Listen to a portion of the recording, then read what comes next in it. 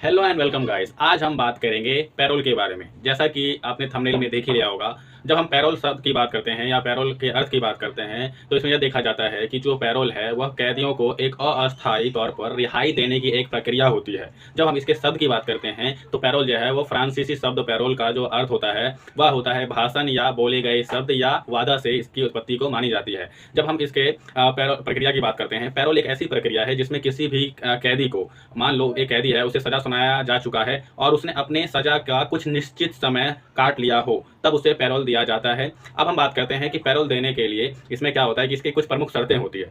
और अगर हम उन शर्तों की बात करें तो वह किसी भी कैदी के मतलब कि आचरण पर निर्भर करता है कि उन्हें पैरोल कितने दिन की मिलेगी या नहीं मिलेगी। तब हम बात करते हैं इन प्रमुख कंडीशनों की बात। पहला जो शर्त है वह है कैदी के आचरण, मतलब कि अगर कैदी का आचरण अच्छा है, सही है और वह समाज में जाने के बाद दोबारा कोई अपराध नहीं करेगा अपने पैरोल के दौरान, तब उसे पैरोल दिया जा सकता है।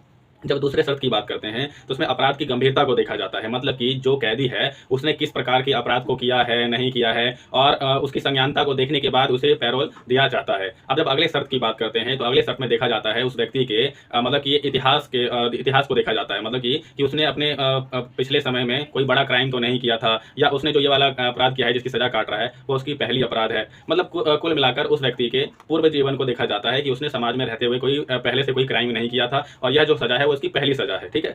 उसके बाद जब हम बात करते हैं अगली शर्त की, तो इसमें यह देखा जाता है कि वह से समाज में दोबारा से घुलने मिलने का मौका दिया जाता है, जिससे कि वह समाज में दोबारा से अच्छी तरह से अपना जीवन बिता सके। उसके बाद हम इसके अगले शर्त की बात करते हैं तो अगला जो शर्त है वह है उसकी आवश्यकता, मतलब कि पैरोल की आवश्यकता। अगर उसके परिवार के किसी सदस्य की शादी है या कोई उसके परिवार के सदस्य में से किसी की मृत्यु हो गई है, तब उसे पैरोल दिया जाता है। तो यही प्रमुख शर्तें थी जिसकी वजह से किसी भी कैदी को पैरोल दिया जाता है। अब हम बात करते हैं पैरोल देने के लिए मतलब कि कौन आदेश देता है। तो पैरोल जो है वो शासकीय बोर्ड के द्वारा या पैरोल देने वाले बोर्ड के अनुसार इसे तय किया जाता है। अब हम बात करते हैं पैरोल कितने दिन की हो सकती है। अगर हम बात करें पैरोल कितने दिन की हो सकती है तो यह कम से कम कुछ घंटों से लेकर लगभग की 10 सप्ताह तक पैरोल हो सकती है। ठीक है। अब हम बात करते हैं कि पैरोल देने के फायदे या प्रमुख उद्देश्य। जब हम पैरोल के प्रमुख उद्देश्य की बात करते हैं तो यह जो है यह इसलिए दिया जाता है किसी भी कैदी को, ताकि वह अपने एक अच्छे जीवन को प्राप्त कर सके और समाज में सुचारू रूप से सही तरह से दिन बिता सके और वह समाज के साथ घुल मिल सके, तो इसलिए पैरोल दिया जाता है। तो यही थी पैरोल के बारे में। धन्यवाद।